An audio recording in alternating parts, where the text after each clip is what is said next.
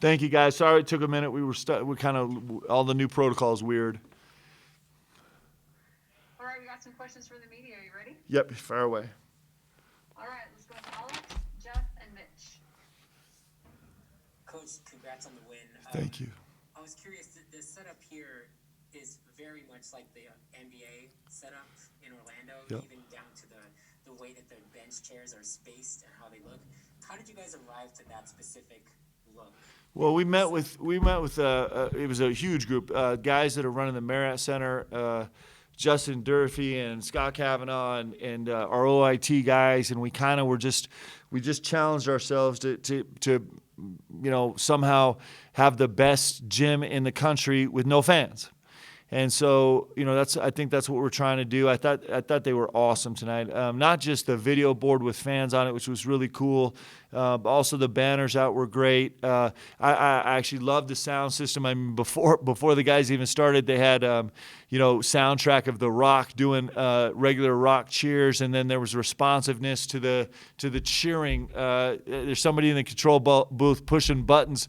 Gavin Baxter had a big block in the second half, and the gym erupted. It's pretty fun. So we're incredibly grateful that everybody here at BYU is doing the very best they can, and hopefully that's what our program is going to do too.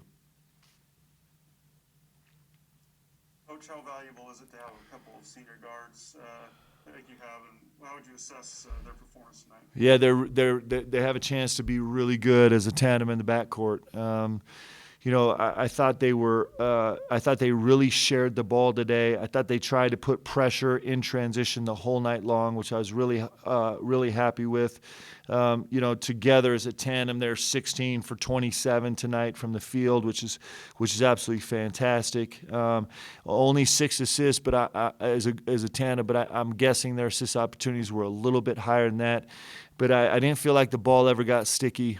And that's a real tribute to them. We've talked about this before.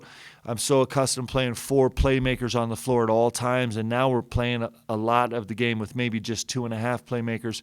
And for them to make it so the ball didn't get sticky tonight is a real tribute to them. Coach, in the preseason where you didn't have secret scrimmages or exhibition games, did the execution from your team on both the offensive and defensive end maybe exceed what you expected coming into the night? Well, I was really, really, really happy with the 6 turnovers. 2 of them were illegal screens, right? So the 6 turnovers is a shocking mark for. It's not actually probably an accurate indication of where we are right now. I think we talked last week about we don't really understand why we're trying to do what we're doing yet, and so that's a little scary, and that's going to come with a lot of bumps in the road as we try and figure out why we're playing the way we are, right? And bring everybody along. We got a lot of guys we're still coaching because this roster, we're still trying to keep it expanded. So I was really, if you had asked me before the game if we'd keep it at 6 turnovers, I would have said, yeah. I mean, I hope so, but I don't think that's realistic. So that was probably the best part of the night in terms of us performing the way we want to. Let's take some questions from Darnell, Bridger, and back to Jeff. So, first of all, Mark, it's an ankle injury with Matt. When do you expect him to be available this week? Yeah, he's literally kind of hour by hour. I was even thinking that, I wasn't sure if there was going to be a chance tonight. We decided to forego that, and we got him a good workout today. It seems like this evening post-game, it seems like he's still feeling good. There's not a lot of soreness, so we'll reevaluate in the morning when he wakes up and kind of make it a game-time decision tomorrow. He's going to be such an incredibly valuable part of this team. We're being probably a little bit hyper-cautious, but it should be soon, I hope. As a follow-up, Coach, you happier with the 10 offensive rebounds or Kobe Lee's career high 7 assists? Yeah, I mean, how about this Kobe Lee, right? I mean, he's been so fantastic. He got us off to a really good start tonight. A couple offensive rebounds, scored the first 5 points, was really solid, with his defensive feet. In fact, I never got frustrated with him all night long in terms of his feet defensively, which is such a big deal. And I am pleased. I'm pleased with the effort on the offensive glass. We need to find a way to stay double figures if we can. It's a place where we should be. You can't always control that, but if we keep with a solid effort on the glass every night, we should be able to approach it.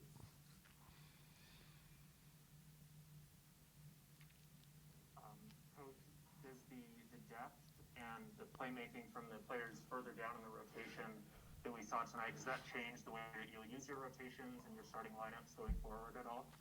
The depth is an interesting thing for us because it actually is. We are a rep it out team. Like, we are good at what we do because we rep it out over and over and over again in live play. We try and teach guys how to play. We don't teach guys plays, right? There's a big difference. And teaching guys how to play is much more complicated. And so one of the things that's been interesting as we've had this expanded roster with more bodies is the guys don't get as many reps because we're still coaching a lot of guys. Usually by this time in the season, you kind of stopped and you're only coaching maybe 8 guys. I'm still coaching 12. And so it's a beautiful problem to have for sure.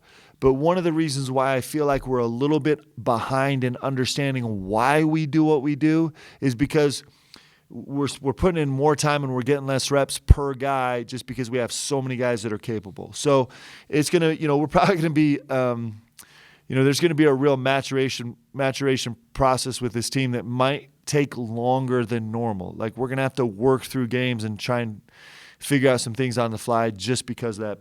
But it's listen, I'm really grateful to have the problem. I'm super grateful to have it.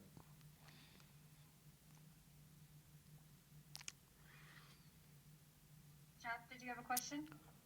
Yeah, Coach, how impressed are you with a guy like Wyatt Lowell having suffered that serious shoulder injury, and here he is playing in the season opener? Did you see this coming, or how is he able to do that? Yeah, I'm actually so shocked. I'll be honest with you. You got to give so much credit to everybody from Dr. Mortensen, who did the surgery, to, of course, Rob Ramos and Eric Shork. He's 4 months and 3 days. I think that's the right timeline. 4 months and 3 days from the surgery, and he actually played live in a game and felt great. Obviously, a lot of credit goes to Wyatt also. He's worked incredibly hard, and a lot of credit goes to Coach Robinson. I actually had a meeting with the staff and put Coach Robinson as the point guy, and I was like, if this Wyatt Lowell if his feet aren't great and he's not in unbelievable condition, by the day his shoulder is ready for live play, I'm going to kill everybody on the staff. And Coach Robinson took it upon himself to make that happen. So that whole performance team and Coach Robinson clearly did an incredible job. That Wyatt Lowell was even on the court, much less he played well. He had 3 rebounds in limited minutes. His feet were really, really solid defensively. Only had one time where the guy kind of turned the corner on him. Was solid offensively. You can see what kind of length and potential he has. We're really excited about him. All right, Mitch, Matt, and Alex. Yeah, Mark, around the midway point of the second half, saw Gav leave the game and kind of looked like he was, facial expression looked like he was grimacing a little bit. How is he doing? Was there any issues there with him leaving as far as injury goes? Yeah, Gav tried to take a charge, and it was the first time he's tried to take a charge, and on the way off the floor he said, I'm never trying to do that again, ever again. It was actually delightful. But, I put Gavin, I'm like, Gavin, I'll give you 2 minutes. So in that span, I don't know if he had 1 or 2 rebounds and 2 incredible runs in transition where he caught the ball and finished it. He's just, he just brings such a spark of energy to our team. It's awesome. But he's probably not going to be a charge leader for us, and I'm actually okay with that. And real quick, just a follow-up, what becomes the schedule for you guys? A quick turnaround, do you guys test tomorrow? How is that all going to work out next 24 hours? Yeah, so we have tests that are still coming due. So we're testing 3 times every week. I don't think we'll be able to have tests. I don't know if we test again tomorrow morning or Friday morning, but they're just kind of continuing to run these PCR tests, and we're just doing the best we can. In terms of schedule, so we finished the game. The guys came back out on the floor and stretched right away, which is really the only good thing about not having fans is we could get them a great stretch right after the game with this quick turnaround. And then there's new legislation, actually, that when you have back-to-back games, you can have an hour of film post game, which we have not been allowed to do in the past. So we went straight to the locker room, and Coach Robinson's got the scout for tomorrow, so he jumped on and we broke down the film and broke down the personnel for tomorrow's game.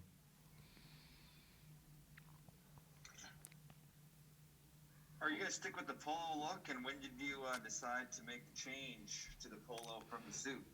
Yeah, so it just pains me, guys. Like there's this intrinsic part of me that feels like I'm disrespecting the game.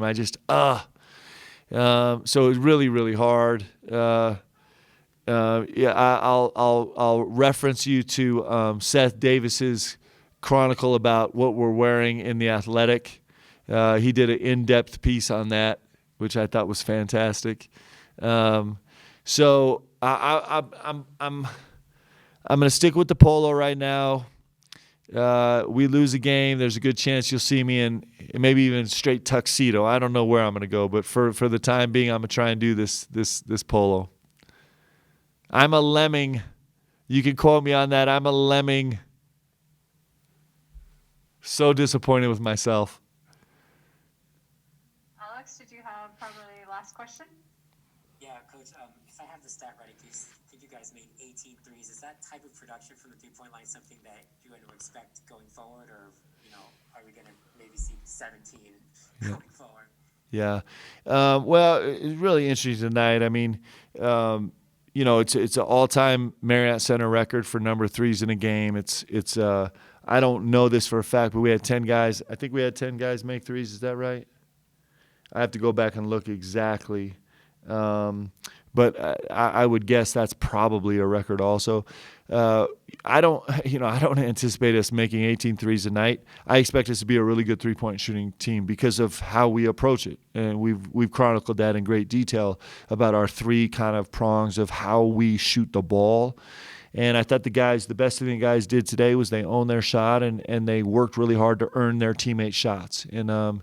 And that's been a good recipe for us. Hopefully it'll continue to be a staple for us as long as we're here, because it's a really important part of the game right now. And it's something that we spent a day never goes by that we haven't dedicated a very significant portion of our practice to shooting. And so, we expect that we'll continue to make shots.